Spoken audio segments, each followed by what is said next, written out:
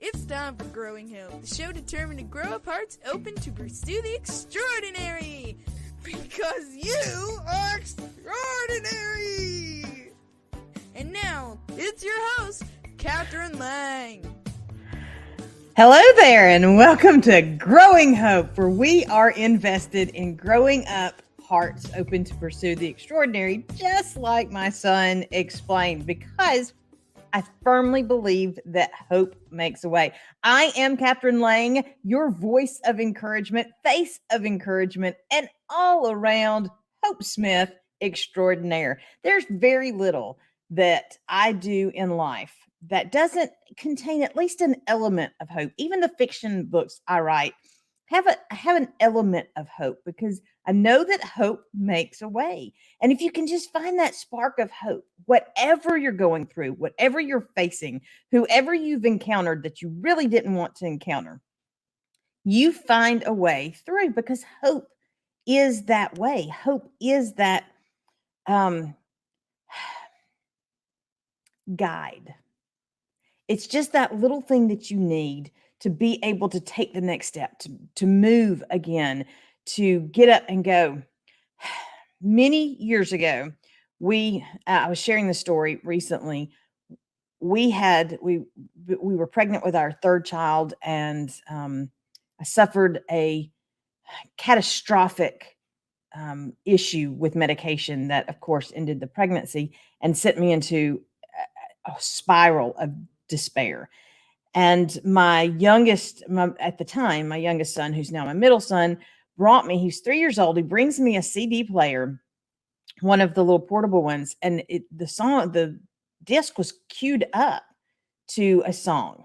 And he didn't know how to queue up songs, but it was a God thing. God was taking care of me. And it was Andrew Peterson's Faith to Be Strong. And in it, he talks about give us hearts to find hope. When we can find hope, we can get up and keep going. And that's what happened to me. I got up and kept going because of this hope. So when we are walking out our unique design, when we are doing what we're designed to do, the world comes at us and it piles on us all these negatives, all these doubts, all these fears. And we have to find our way to silence those negatives. And for me, hope is a key factor in silencing the negatives that are going to come against us. So we're going to watch what we let in. We're going to accept our mistakes. We're going to take a lesson. We're going to learn something. We're going to find the positives, and we're going to develop a habit of gratitude. All of these things will give us what we need to keep on keeping on, living our best lives and dreaming our impossibilities, dreaming about what we can do, what we should be doing, and finding ways outside of the limitations of the world that will get us to that. Each and every time we step into our possibilities, we make a way not only for our journey, but for the people who are coming with us. When I was first challenged to be more me, which I know anybody who's met me is like, no, don't encourage her to do that. And the world doesn't need that. But I needed it because I kept asking permission. I still find myself falling into this as I move forward in Growing Hope and the ministry that is Growing Hope and the ministry that is Peculiar Productions with my husband. I find myself doubting my right to do it because I am not a pastor. I am not a doctor. Haven't even slept at the Holiday Inn Express last night, So who am I? But here's the thing. If God has put a calling on your life, you have permission. And I have to keep working through those negatives, keep fighting those negatives in order to be able to walk out the truth that is my design. And the same is for you. Nobody else gets to define it. Nobody else gets to give you permission. Nobody else gets to write that license that says you are you. Now, granted, if there's laws that are involved, don't be doing surgery if you don't have a surgical license.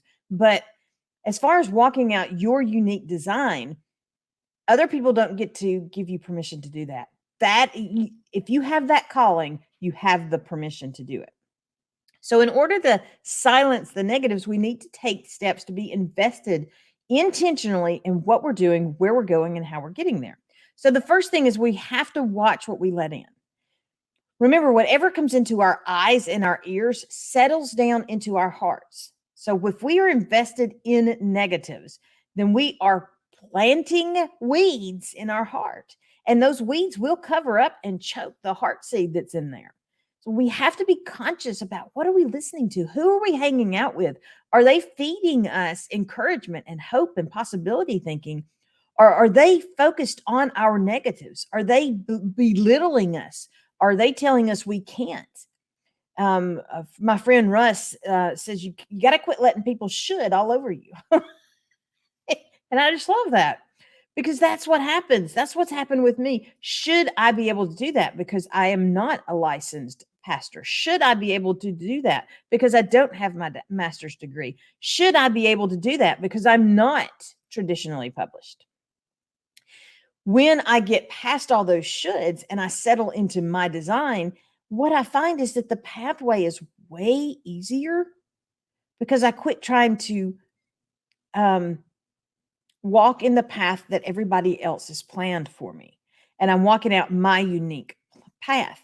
But if I am not conscious of what I'm letting in, what I'm letting into my eyes, what I'm letting into my ears, and ultimately what's coming out of my mouth, then I set myself up for letting the negatives take over. So what are you watching? What are you reading? What are you listening to?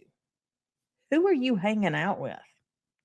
These are all essential components to getting you to the place where you can silence the negatives and live in your unique design.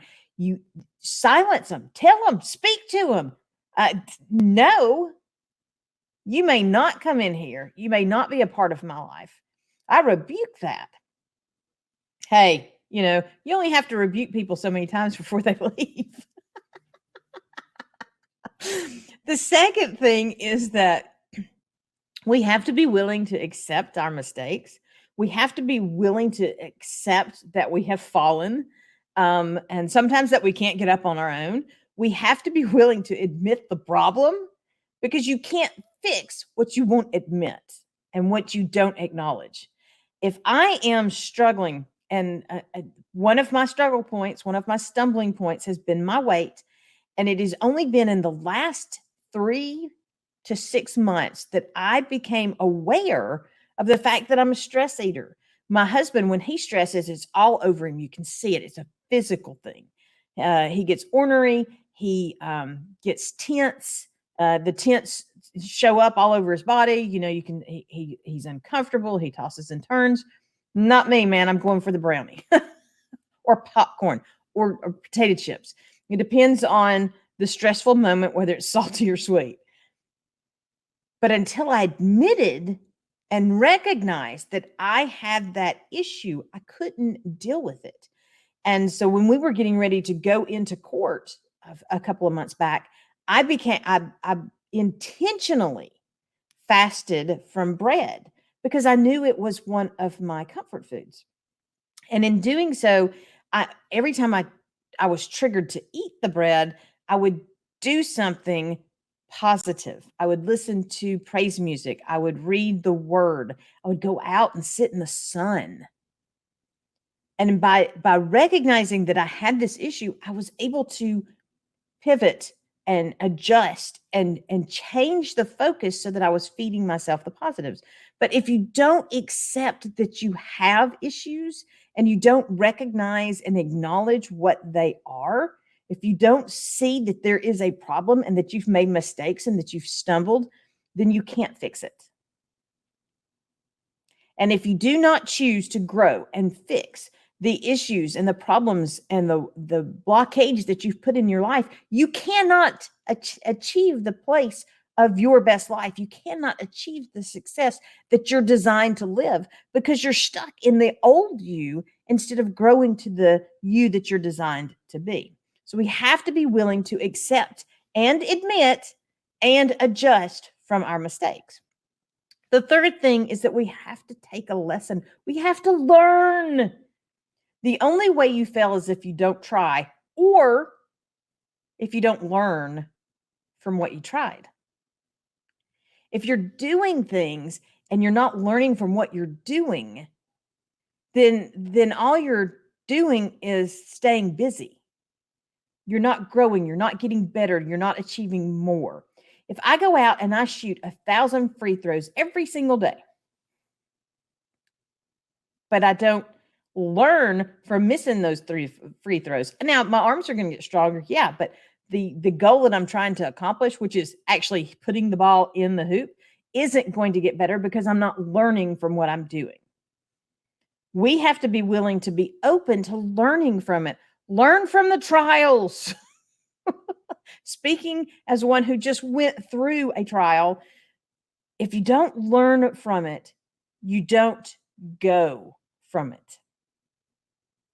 You stay stuck in the moment. You stay stuck in the circumstance if you don't choose to learn from it. But once you learn from it, you're able to grow. And that growth gets you out of that place. So if you want to silence the negatives that keep attacking you, learn. Learn from whatever it was that allowed those negatives to attack you in the first place. Did you have a bad breakup? Learn from it. It'll go away. Did you have to file bankruptcy? Learn from it. The circumstances don't change, but the heart does. And once the heart changes and shifts and starts growing, then the negatives no longer have something to latch onto. They can't drag you back down because you are lifted up by that growth. So get invested in whatever, write it down. What is it that you are struggling with? What is it that keeps attacking you? What are the negatives that keep running through your head? And start making a list of all the things that you can learn from those so that you can go, you can grow, and you can be more of who you're designed to be. The fourth thing is that we need positives. Find the positives. There are always positives in whatever situation you're facing, and they don't have to be huge positives. Remember, it's just a seed of hope. We're just looking for a seed of hope, just a smile, just a nod, just a positive lesson, just a possibility, just a seed. The more that you look for them, the more you will begin to find that your focus on the positives automatically silences the negatives.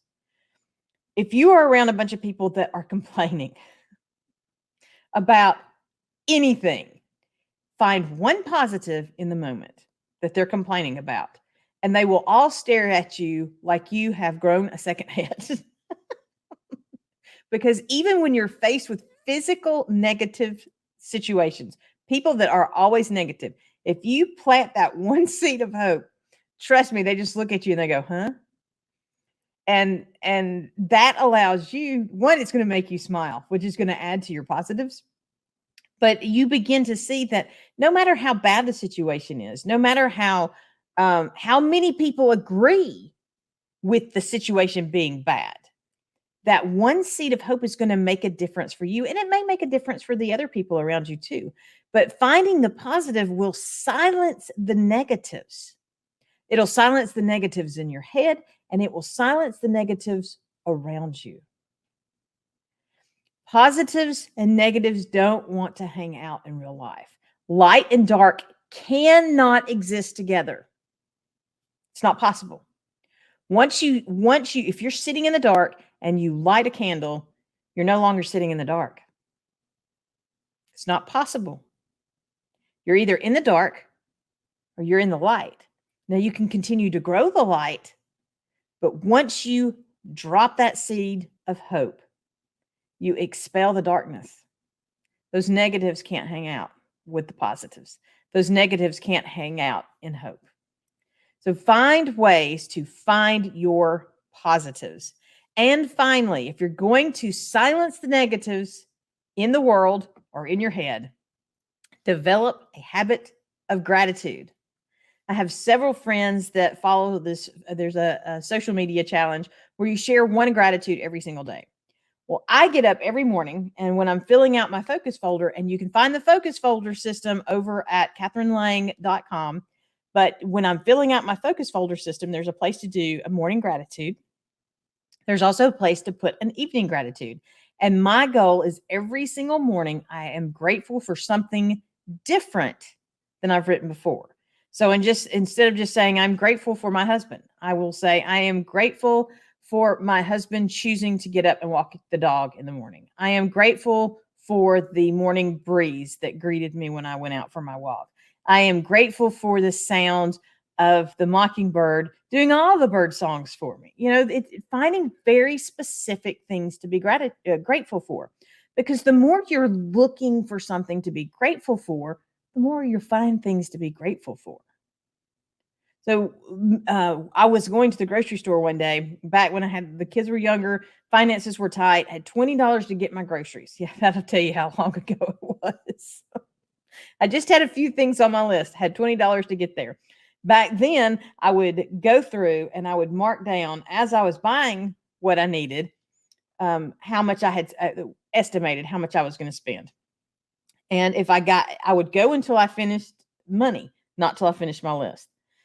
And so when I walked up to the grocery store, they had the pictures of all the things that were on sale that day. And everything that was on sale that day was at the top of my list. And I was just like, thank you, God. I was so very grateful because I knew that sale was specifically for me. That's what gratitude is, knowing that there has been a divine touch on your life.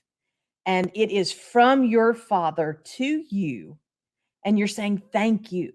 Thank you that you did this. Some of you may know, some of you may not, that we went through a trial with our insurance company. And I saw one of the individuals that sat on the jury today. And the jury ruled against us. But I thanked him. I said, I am so grateful for you that you took out your time to be there. And it made me feel better, and I hope that it made him feel better. Because when we defeat the negatives, what we're doing is we are setting a path, a solid foundation for growing up our possibilities, but we also are planting seeds in everybody that we encounter. When we watch what we let in, when we accept our mistakes, when we learn lessons, when we find the positives, and when we develop a habit of gratitude, the negatives cannot stick around. They will get up and they will hightail it away. And that includes the negatives that are running through your head and the negatives that are hanging around your house or your community or whatever. They're not going to want to be there. Negatives do not want to be around positives. So you need to invest in actively silencing the negatives that are trying to hold you back from living your unique design, or to pull you back down to the ground and tether you to the limitations that the world has dictated are there. You have the ability to fly when you choose to take flight. Thank you so much for joining me for today's Growing Hope. Remember, you can connect with me over at catherinelang.com. There is a free 20-minute phone call if you're having any struggles or you want to talk to me about anything. You can also find the focus folder system over on the website. And be sure to like, subscribe, and share the Growing Hope show with all the friends you know out there that need a little encouragement for their day. The more we invest in growing hope, the more we are going to be set up to change the world one little bitty seed at a time. We have it in us right now. All we have to do is just keep sharing. Until next time, remember, whatever you're doing and wherever you're going, there is a way for you to be invested in hope. Find it, invest in it. Be blessed and be a blessing.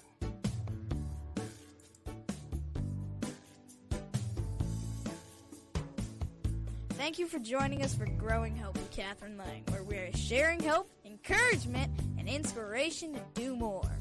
Visit www.catherinelang.com to invite Catherine to be part of your event or to share your own stories of possibility living. Until next time, remember that a seed of hope planted and nurtured will grow up into a world of possibilities.